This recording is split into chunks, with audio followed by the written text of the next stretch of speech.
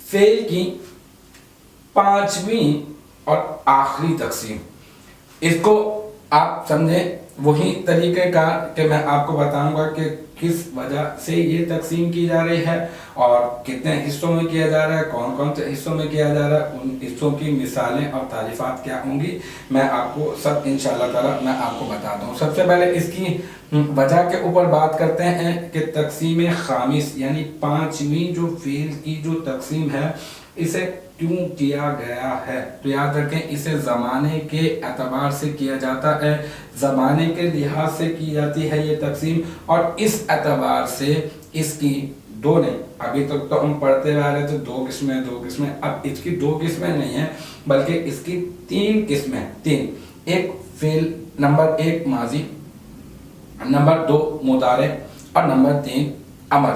اچھا اب میں آپ کو بتاؤں، ابھی آپ صرف اور صرف تعریف یاد کر لیجئے گا۔ ماضی کے بارے میں آپ کو جیسے کہ بتا چکا چوتھی تقسیم پر ہی کہ ماضی کے متعلق انشاءاللہ تعالی ہم لوگ نئی والی کتاب جو ہدایت الصرف ہے مفتی اکمل صاحب کی، اس کتاب کے مطابق سبق نمبر 14، 15 اور 16 میں پڑھیں گے، اور اس کی مزید جو اقسام ہیں وہ سبق نمبر 20 میں۔ تو جب یہ اسباق پڑھیں گے تو انشاءاللہ تعالی فعل ماضی ہماری سمجھ میں آ جائے گا۔ ہاں رہی مضارع کی بات، تو مضارع سبق نمبر 17، 18 اور 19 میں انشاءاللہ تعالی ہم لوگ پڑھیں گے تو یہ وہاں پر ہماری سمجھ میں آ جائے گا۔ پھر امر کیا ہوگا؟ امر جب ہم سبق نمبر 24 پڑھیں گے تو انشاءاللہ تعالی جب ہماری سمجھ میں باقاعدہ طور پہ اس کی گردان بھی آ جائے گی اور پورا کا پورا سمجھ میں آ جائے گا۔ تو ابھی یہاں کیوں پڑھا رہے ہیں؟ اس وجہ سے پڑھا رہے ہیں تاکہ فعل کی پانچوں تقسیمات کو اس طرح سے آپ ذہن میں رکھ سکیں، اور دوسری وجہ یہ کہ ابھی صرف آپ تعریف تو سمجھ لیں اور ایک ایک مثال اپنے ذہن میں رکھ لیں، انشاءاللہ تعالی آپ کے کام آئے گی، باقی تفصیلات آپ وہاں پر پڑھیں گے۔ تو سب سے پہلے میں آپ کو ماضی کے بارے میں بتاتا ہوں۔ ماضی کیا ہوگا؟ جو گزرے ہوئے زمانے پر دلالت کرتا ہے، جو کام ہو چکا ہوتا ہے، مطلب میں نے کھانا کھا لیا، میں اسکول جاتا تھا، میں نے نماز پڑھ لی، تو یہ سارے کے سارے ماضی کے اوپر دلالت کر رہے ہیں۔ تو باقاعدہ طور پر اس کی تعریف یہ ہوگی کہ ماضی وہ فعل ہے جو گزرے ہوئے زمانے پر دلالت کرے، ماضی وہ فعل ہے جو گزرے ہوئے زمانے پر دلالت کرے، جیسے ضربا، پھر وہی ضربا، مارا اس ایک شخص نے، ماضی میں ہوا یہ کام، مار چکا، تو اس کا تعلق ماضی سے، تو اسی وجہ سے اسے فعل ماضی کہا جائے گا۔ اب آپ یہ ایک لائن کی تعریف ماضی کی اور ایک مثال یہ آپ اپنے ذہن میں رکھ لیں کہ ماضی وہ ہوتا ہے جو گزرے ہوئے زمانے پر دلالت کرتا ہے، اور جیسے کہ ضربا، مارا اس ایک شخص نے۔ اب میں آپ کو بتا دوں مضارع آپ سبق نمبر 17، 18 اور 19 میں تفصیل سے پڑھیں گے۔ یہاں پر صرف اتنا یاد رکھیں اس کی تعریف کہ مضارع وہ فعل ہے جو زمانہ موجود ہے، موجودہ زمانہ اور آئندہ آنے والے زمانے پر، آئندہ آنے یعنی مستقبل پر، مطلب جو موجود ہے حال پر اور مستقبل پر، آئندہ آنے والے زمانے پر دلالت کرتا ہے، یہ وہ فعل ہے۔ ماضی تو علیحدہ ہو گیا، اور مضارع میں حال بھی ہوتا ہے اور مضارع میں مستقبل بھی ہوتا ہے۔ تو مضارع کیا ہوگا؟ اس کی تعریف یاد رکھیں کہ فعل مضارع وہ ہوگا جو موجودہ اور آئندہ زمانے پر دلالت کرے، یعنی اس میں موجودہ زمانے کا ترجمہ بھی لے سکتے ہیں اور آئندہ زمانے کا ترجمہ بھی لے سکتے ہیں، جیسے کہ مثال یضرب، مارتا ہے یا مارے گا وہ ایک مرد، یعنی حال اور مستقبل والا معنی اس میں پائے جائیں گے۔ آپ اپنے سیاق و سباق کے اعتبار سے جو آپ کو مقصود ہو ترجمہ، آپ اس کا وہ ترجمہ کر سکتے ہیں، جیسی عبارت ہوگی پھر اس کے اعتبار سے ترجمہ کیا جائے گا۔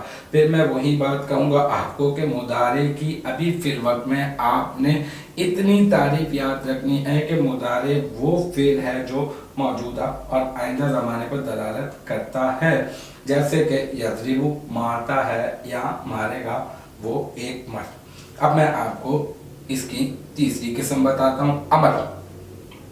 امر کیا ہوگا؟ امر کا معنی ہوتا ہے حکم دینا، ٹھیک ہے۔ امپیریٹیو سینٹنسز جو ہوتے ہیں، جو انگلش میں جس کو امپیریٹیو سینٹنسز کہا جاتا ہے، مطلب آرڈر والے جو سینٹنسز ہوتے ہیں، مثال کے طور پہ تو نماز پڑھ، تم کھانا کھاؤ، تم پانی پلاؤ، تو سامنے والے سے کام کا مطالبہ جو کیا جاتا ہے اسے امر کہتے ہیں۔ اس امر کو آپ تفصیلی طور پہ اس کی پوری گردان تعریف اور ساری مثالیں تفصیلی طور پہ ہم پڑھ سکیں گے سبق نمبر 24 میں۔ تو ابھی کیا کرنا ہے؟ ابھی وہی آپ نے جس طرح فعل ماضی کی تعریف ذہن میں رکھنے کے لیے میں نے آپ کو کہا، جس طرح میں نے آپ کو فعل مضارع کی تعریف ذہن میں رکھنے کے لیے کہا، اسی طرح سے میں آپ سے کہوں گا کہ آپ امر کی تعریف بھی ذہن میں رکھ لیں۔ اور امر کیا ہوگا؟ وہ فعل ہے جس کے ذریعے مخاطب یعنی جو سامنے والا ہے، مخاطب کو کسی کام کا حکم دیا جائے، جس کے ذریعے سامنے والے سے کسی کام کا مطالبہ کیا جائے، جیسے کہ اضرب تو مار، اضرب تو مار، تو یہ امر بھی ہو گیا، ماضی بھی ہو گیا اور مضارع بھی ہو گیا۔ تو امید ہے کہ یہ والی تقسیم بھی آپ کی سمجھ میں، پانچویں تقسیم بھی امید ہے کہ آ گئی ہوگی۔ ایک مرتبہ میں آپ کو حسب عادت پورے کے پورے سبق کا میں آپ کو خلاصہ بتا دیتا ہوں۔ ہم نے فعل کی 5 تقسیمات پڑھی۔ جو فعل کی پہلی جو ہم نے تقسیم پڑھی وہ اس اعتبار سے پڑھی کہ مفعول بہ کا تقاضا کرنے یا نہ کرنے کے اعتبار سے، مفہوم کامل حاصل کرنے کے سلسلے میں مفعول بہ کا تقاضا کرنے یا نہ کرنے کے اعتبار سے، اس اعتبار سے 2 حصوں میں کیا گیا، ایک فعل لازم اور ایک فعل متعدی۔ فعل لازم وہ ہوگا جو مفعول بہ کا تقاضا نہیں کرے گا، اور فعل متعدی وہ ہوگا جو مفہوم کامل حاصل کرنے کے سلسلے میں مفعول بہ کا تقاضا کرے گا۔ پھر ہم نے فعل کی دوسری تقسیم پڑھی، اور فعل کی دوسری تقسیم کی وجہ یہ ہے کہ فعل کی نسبت فاعل کی طرف ہونے یا نہ ہونے کے اعتبار سے کچھ افعال ایسے ہوتے ہیں جس میں فعل کی نسبت فاعل کی طرف کی جاتی ہے، اور جبکہ کچھ ایسے ہوتے ہیں جس میں فعل کی نسبت فاعل کی طرف نہیں بلکہ مفعول کی طرف کی جاتی ہے۔ اگر فعل کی نسبت فاعل کی طرف کی جائے تو اسے معروف کہیں گے، فعل معروف، اور اگر فعل کی نسبت مفعول کی طرف کی جائے تو ہم اسے فعل مجہول کہیں گے۔ اسی طرح سے ہم نے فعل کی تقسیم نمبر 3 پڑھی، اور فعل کی تقسیم نمبر 3 کی جو وجہ ہے انکار والا معنی یا اقرار والا معنی پائے جانے کے اعتبار سے، کہ کچھ افعال ایسے ہوتے ہیں جس میں اقرار والا معنی پایا جاتا ہے، اور جبکہ کچھ ایسے ہوتے ہیں جس میں انکار والا معنی پایا جاتا ہے۔ اگر اقرار والا معنی پایا جاتا ہے تو ہم کہہ دیتے ہیں یہ فعل مثبت ہے، جیسے ضرب زید، زید نے مارا، اور اگر انکار والا معنی پایا جاتا ہے جیسے کہ ما ضرب زید، زید نے نہیں مارا، تو ہم کہہ دیتے ہیں یہ فعل منفی ہے۔ اسی طرح پھر ہم نے تقسیم نمبر 4 پڑھی، گردان ہونے یا نہ ہونے کے اعتبار سے۔ کچھ فعل ایسے ہوتے ہیں جن کی گردان ہوتی ہے، اور جبکہ کچھ فعل ایسے ہوتے ہیں کہ جن کی گردان نہیں ہوتی ہے۔ اگر گردان ہوتی ہے تو ہم کہہ دیتے ہیں کہ یہ فعل متصرف ہے، اور اگر گردان نہیں ہوتی ہے تو ہم کہہ دیتے ہیں جامد ہے۔ پھر آخر میں ہم نے تقسیم نمبر 5، تقسیم خامس جو پڑھی وہ ہم نے زمانے کے لحاظ سے پڑھی۔ زمانے کے لحاظ سے فعل کو 3 حصوں میں کیا جاتا ہے، ایک فعل ماضی، ایک فعل مضارع اور ایک فعل امر۔ اگر ماضی گزرے ہوئے زمانے پر دلالت کرے گا، اگر فعل تو پھر وہ فعل ماضی ہوگا۔ اگر وہ حال یا مستقبل پر دلالت کرے گا تو وہ پھر فعل مضارع ہوگا، اور اگر سامنے والے سے کسی کام کا مطالبہ کیا جائے گا تو پھر وہ فعل امر کہلائے گا۔ تو امید ہے کہ یہ آپ کی فعل کی تقسیمات پوری کی پوری آپ کی سمجھ میں آ گئی ہوں گی انشاءاللہ تبارک و تعالی۔